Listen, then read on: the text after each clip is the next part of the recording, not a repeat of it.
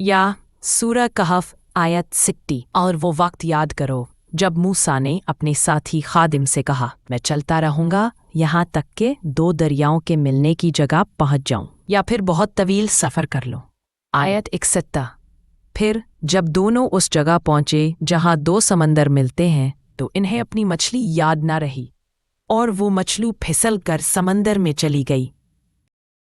आयत 62। जब दोनों आगे बढ़ गए तो मूसा ने अपने साथी से कहा, हमारा खाना ले आओ, यकीनन हमें इस सफ़र में बड़ी थकावट पेश आई है। आयत 63। साथी ने कहा, क्या आपने देखा जब हम चट्टान के पास थे मैं मछली का जिक्र करना भूल गया और शैतान ने मुझसे ये बात भुला दी और मछली तो अजीब तरह से समंदर में रास्ता बनाकर चली गई।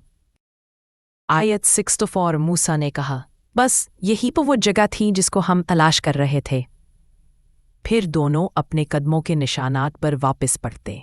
आयत 65। और उन्होंने हमारे बंदों में से एक बंदा पाया जिसे हमने अपनी तरफ से खास रहमत दी थी और अपने पास से इल्म सिखाया था।